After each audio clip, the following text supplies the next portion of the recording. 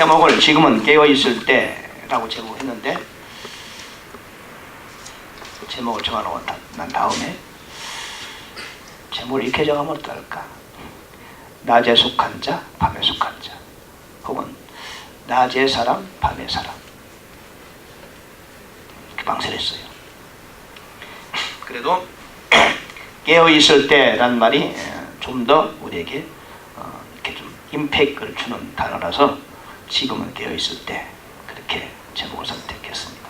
오늘 본문 말씀을 보면은 낮에 속한 사람에 관하여 말씀하고 있고, 또 밤에 속한 자들이 누구이며 어떠한 삶을 살고 있는가를 우리에게 소개해 주고 있습니다. 우리는 다 낮에 속한 자들이고, 낮에 속한 우리, 빛에 속한 우리는 밤에 어둠에 속한 자들과는 다르다. 빛과 낮에 속한 우리는 낮에 속한 사람, 빛에 속한 사람답게 살자. 이런 내용이 주 내용이 되겠습니다. 자, 사람들은 끝날에 관하여 얘기합니다. 또 혹자는 지구는 돌고 돌듯이 역사도 돌고 도는 것이다. 일부러 종말에 관하여 관심을 두리하지 않습니다. 우리가 일반적으로 생각해 볼 때 스타팅과 엔딩은 반드시 있는 것이다. 시작이 있으면 끝이 있다. 어떤 일을 시작하게 되면 반드시 그 일에 대한 끝이 있다. 그런 것이죠. 사업도 그렇고 나라를 세우는 것도 마찬가지잖아요. 얼마 전에 정도전이라는 드라마를 봤는데, 정도전과 그의 무리들이 한 나라를 세우는데 참 무진 애를 써서 수많은 사람을 죽이고 이런저런 업적을 느끼고 이조란 나라를 새롭게 세웠죠. 그럼 얼마 가지 않아서 이방원이란 사람에 의해서 그들이 모조리 다 살해당하고 새로운 세계가 열리는 것을 봤어요. 그들이 기대하고 계획했던 모든 것은 하루아침에 물거품이 되어버리고 새로운 사람들이 그들의 자리를 차지하고 새 시대가 열리는 걸 봤어요. 시작이 있으면 끝이 있다. 전도서 3장 1절은 우리에게 귀한 교훈을 제공해 주고 있습니다. To everything there is a season and a time. 모든 일에는, 모든 것에는 때가 있고 시기가 있다. 시작할 때가 있으면 끝날 때가 있다. 그런 거죠. 우리 인생도 마찬가지에 고고히 울음소리를 내고 세상에 태어나서 아이가 되고 초등학교를 다니고 아이가 성장하면서 무한한 꿈을 갖고 세상을 살아가지만 그러나 언젠가는 세상을 떠날 때가 온다. 생명의 시작의 때가 있으면 생명이 끝날 때가 있다. 그런 것이죠. 마찬가지로 지구도 동일한 진리에 포함되어 있습니다. 지구가 시작된 때가 있으면 언젠가는 지구가 끝날 때가 있는 거예요. 지구의 종말이 올 때가 있다. 하나님의 교훈입니다. 역사는 돌고 도는 것이 아니라 어떤 한 방향을 향하여 줄기차게 전진하고 있는 것이다. 그 방향은 마지막 때가 있다. 끝날이 있는 것이다. 우리는 그 사실을 잘 알고 있죠? 성경은 그래서 자주 last day에 관하여 말해주고 있습니다. 또한 원인과 결과가 있다고 얘기하죠. cause and effect. cause and effect. 원인이 있으면 결과가 있다. 전도서 10장 14절에 보면 하나님께서는 모든 은밀한 일을 선악간에 심판하실 것이다. 사람이 이 땅에 행하는 모든 일에 관하여, 모든 아무도 모르는 은밀한 일에 관하여, 선은 선이건 악이건 간에 반드시 그 일에 관해 하나님은 심판하신다. 어떤 원인, 그리고 어떤 컨텐츠가 있으면 그에 대한 결과가 있을 것이다. 모든 사람은 선악간의 심판을 받을 것이다. 선한 사람은 선한 결과를 얻게 될 것이고 악한 행위는 악한 열매를 얻게 될 것이다. 원인과 결과는 반드시 있다. 하나님의 의로우심이지요. Promise of the Bible, 성경의 약속은 또한 말하기를 끝이 있다고 얘기합니다. Behold, I come quickly.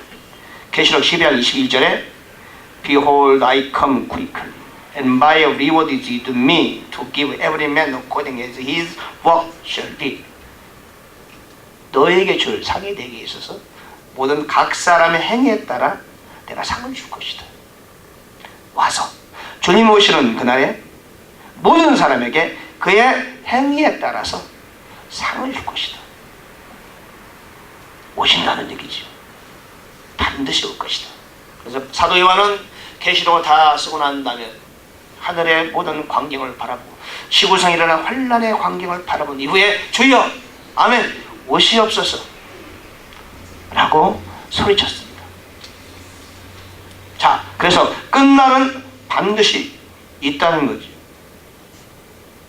자, 지금 어느 때인가 우리는 생각을 해보겠습니다. 자, 끝날이 있으면은 우리가 시대를 살아가고 있는 이 시대는 과연 끝날에 관해서 어느 시점에 우리는 서 있는가를 볼 줄 알아요. 시대를 읽는 자가 앞서가는 거예요.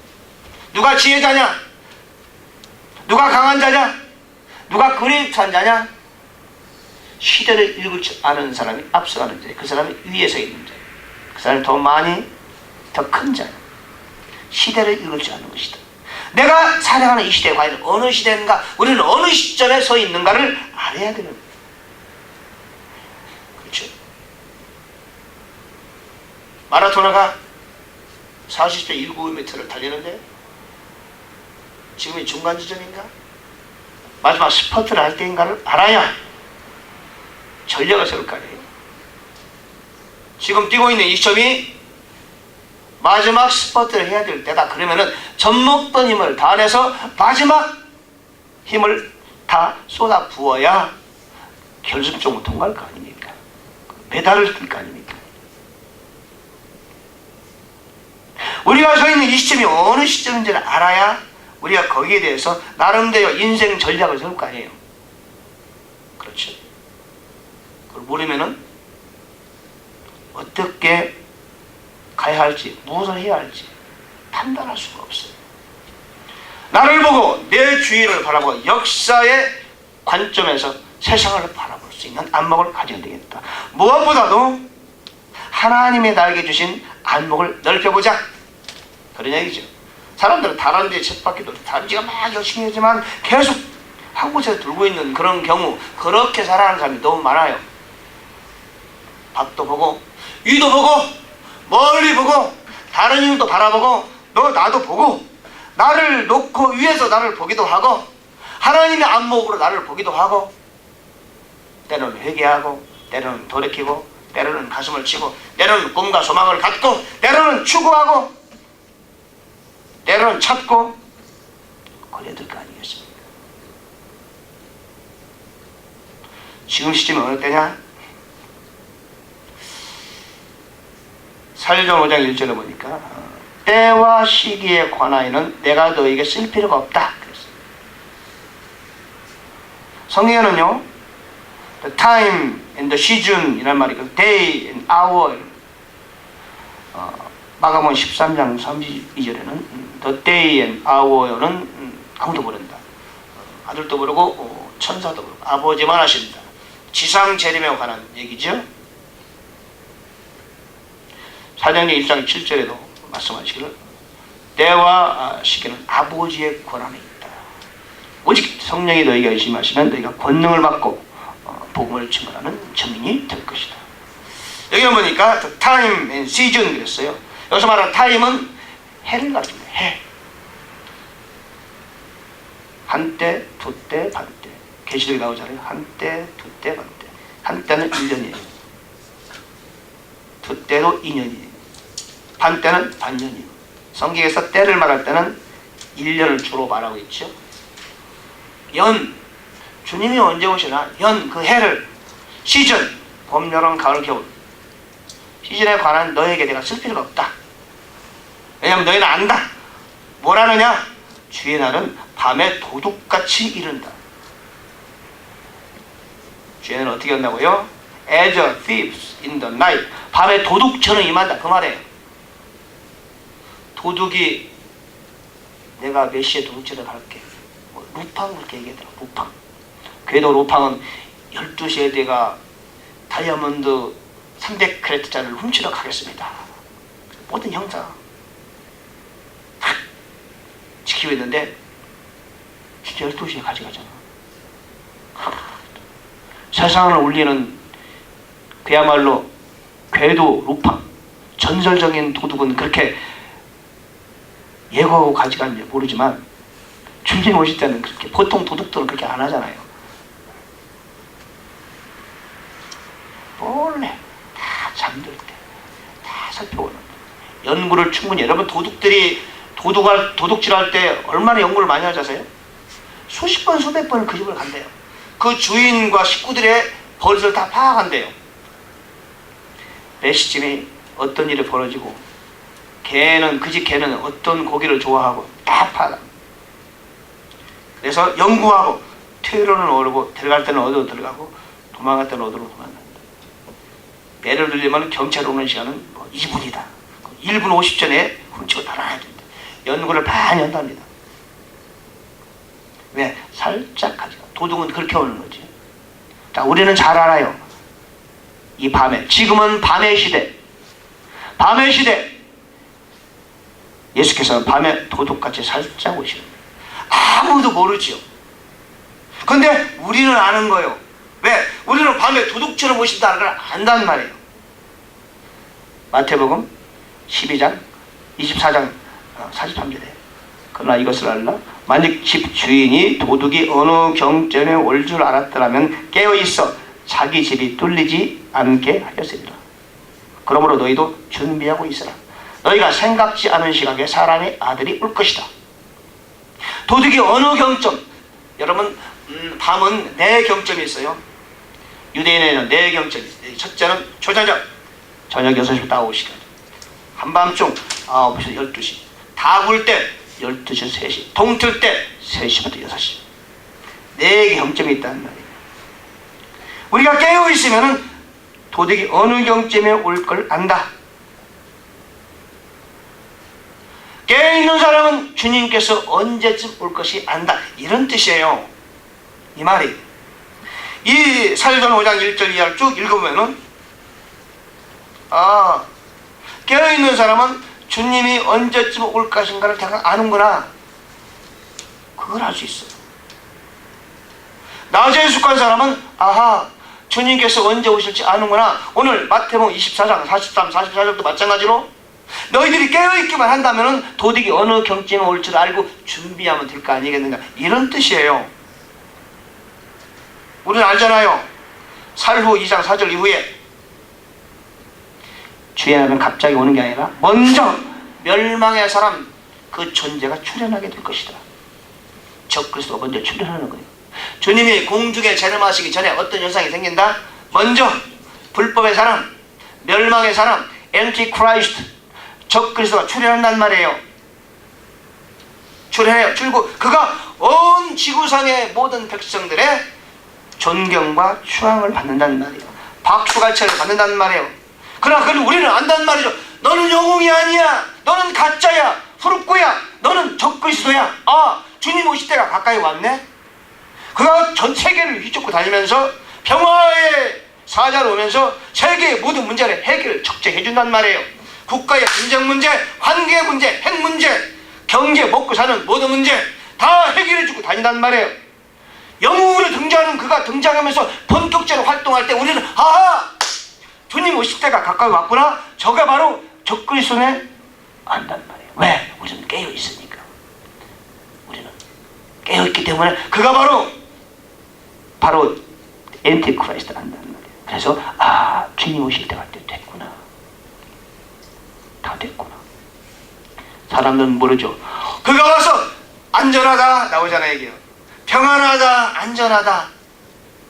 그가 평화를 기치로 내걸고 안전을 소리치면서 영웅으로 등장한단 말이죠. 세계는 그야말로 진짜 잠시 동안 평화와 안전을 유지하게 될 거예요. 그러나 그때 우리는 아는 거죠. 50대가 됐구나. 끝이 가까웠구나. 주의 날, 로즈데이가 오는구나 알 수 있다. 그 말이에요. 그리고 난 다음에 주님 오시고 난 이후에 공중에 재림하고 우리가 모두 영원한 몸이 변화되어 공중에서 주를 영접하고 모든 그리스도인들이 환란이 사라지고 난 이후에 더 이상 불법의 사람의 그의 손을 막을 자가 없다. 환란이 왜 임하느냐 여러분,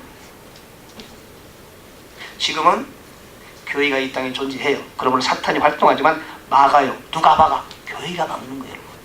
교회가 우리 가정에 사단이 역사하지만 가정에 기도하는 사람, 경건한 그리스도인이 하나님의 자녀가 예수 보혈을 의지하는 사람이 집안에 있으면은 사단이 왔다가 빙빙 돌아 공격은 못하고, 저 안에 저 믿는 사람 때문에 공격을 못하겠네. 여러분 옛날에 점치는데 안 가봤어요 여러분? 점치잖아요. 점쟁이가 막 잡돌에 점을 쳐. 그런데 갑자기 예수 믿는 사람 나가세요. 예수 믿는 사람 나가세요. 왜 나가라는 거예요? 점쟁이가 푸닥거리를 해도 귀신이 안 와. 오다가 예수 믿는 사람이 딱 앉아있어. 오다가 예수 믿는 사람이 있네. 못 온단 말이야. 그러니까 점이 돼 안 돼. 안 된단 말이야. 아무리 푸닥거리 꽹과리치도 안 되니까 예수 믿는 사람 나가세요. 그런다고. 나간 다음에 비로소 점이 되는 거예요. 여러분 그런 경험 안 해봤어요? 점 치는 거 아까 봤어요. 그 점이 안 되는 거예요. 그와 같이 교회가 지구상에 존재하는 한 아직은 사단이 본격적으로 역사할 수가 없어. 그의 계획대로 움직일 수가 없어. 세계의 모든 백성은 다 자기 종으로 삼아야 되는데 교회가 있기 때문에 두려워서 못 입니다. 그러나 교회가 하늘로 들림받게 된 다음에는 이제는 그의 세상입니다. 그래서 엄청난 환난과 고통이 환난 시대에 몰아닥치는 겁니다.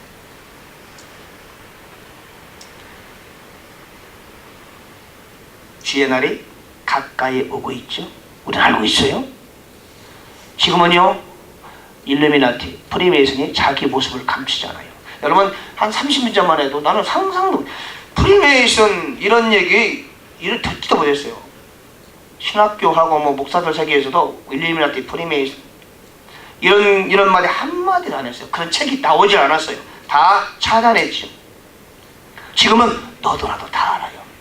서점 가보세요. 많은 책이 있어요. 인터넷 들어가보세요. 막 유튜브에 나와요. 사탄이 자기를 드러내는 거예요. 감추질 못해요. 잘난 척하는 사람은 자기를 못 감추잖아. 잘난 척은 어떻게 드러내? 자기를 드러내. 자랑하고 막이 그와 같은 거야. 감추지 못해 자기를 막 드러내는 거예요. 영광을 받으려고, 자랑하려고. 막 사탄이 자랑합니다 지금. 왜 그래요? 때가 됐어요. 사탄이 본격적으로 움직일 때가 된 거예요.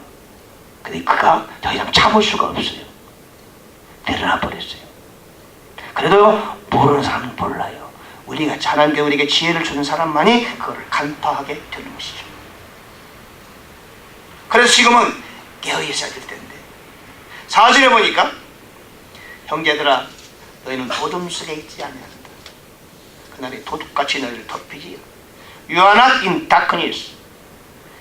여러분 나는 어둠 속에 있지 않다고 장담할 수 있어요? 어둠 속에 있지 않다고 장담할 수 있어요? 여러분 말이에요. 여러분 우리 알잖아요. 종교개혁 시대 거의 가까이 왔을 때 그야말로 중세 암흑시대. 우리는 중세를 암흑시대라고 부릅니다. 왜 암흑시대냐고 부르느냐? 하나님 없는 시대가 암흑시대. 하나님이 계시지. 하나님을 외면해버린 시대, 그를 암흑시대라고 말합니다. 교회가 존재했지만은 하나님을 외면했던 교회 시대, 그 시대를 우리는 일컬어 암흑시대다. 우리만이 아니라 믿지 않는 사람도 그들도 중세를 암흑시대라고 그래요. 모든 지혜가 닫혀버렸어요. 지식도 영적 세계도 닫혔어요. 그때 어땠어요? 보세요. 교회가 자기의 모습을 보였습니까? 면죄부를 팔아먹고 전쟁을 일으키고 성경을 아무도 못 읽었고 기도는 사라진 지 오래였고 세상보다 더 심했잖아요. 그 교회예요. 교회가 어둠 속에 잠겨 있었어요. 지금은 교회가 어떻습니까? 여러분 눈이 있으면 봐야 돼요. 우리가 눈을 열어봐야 돼요. 우리가 흑암의 세력이 교회를 침투하고 있어요. The power of darkness 교회를 덮고 있어요. 어느새 500년이 흘렀는데 종교개혁하고 난 이후에 500년도 흐르지 않았는데 어느새 어둠의 세력이 교회를 서서히 덮어가고 있어요. 마치 종교개혁 시대에 그 구교를 덮고 있던 그와 마찬가지로 500년이 흐르지 않았는데 벌써 어느덧 어둠의 세력이 교회를 덮어가고 있다. 설명해도 몰라요. 신학교도 교회도 교회 관련 모든 기독교 사업 관련도 어떤 것도 다 흑암의 세력이 덮고 있어요. 기가 막힐 노릇이에요. 특별한 특징이 있는데 기도가 끊어졌어요. 기도가 끊어요. 신학교 가세요. 기도 안 해요. 그래도 건전한 신학교를 함에도 불구하고 기도를 가르치지 않아요. 다 전도합시다. 안 해요. 학교 당국에서 그러지 말하지 않아요. 신학교는 뭘 해야 되냐면요, 기도를 훈련하는 곳이에요. 나가서 전도를, 사람 영혼을 마귀의 세력에서 뺏어오는 그 일을 훈련하는 거예요. 말씀을 읽고 가르쳐서 말씀을 전할 수 있는 훈련하는 것이 신학교예요. 안 합니다. 안 합니다. 그런 신학교 교수들이 없어졌어요.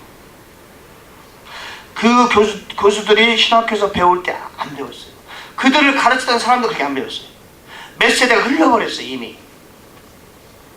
그런 사람을 찾기가 너무 힘들어요. 하나님의 감춰놓은 사람도 있을 뿐이에요. 첫째, 기도가 바뀌었어요. 아합 시대, 암흑의 시대였어요.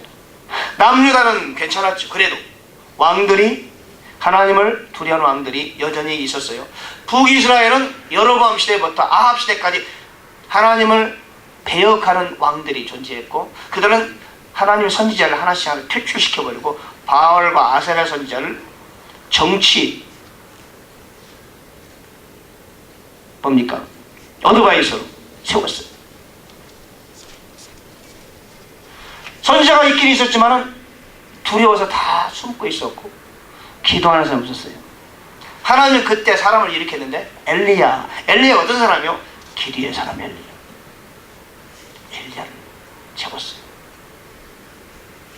그가 기도하자 하늘문이 닫혔어요. 다시 기도하자 3년 6개월 동안 닫혔던 하늘문이 열렸어요.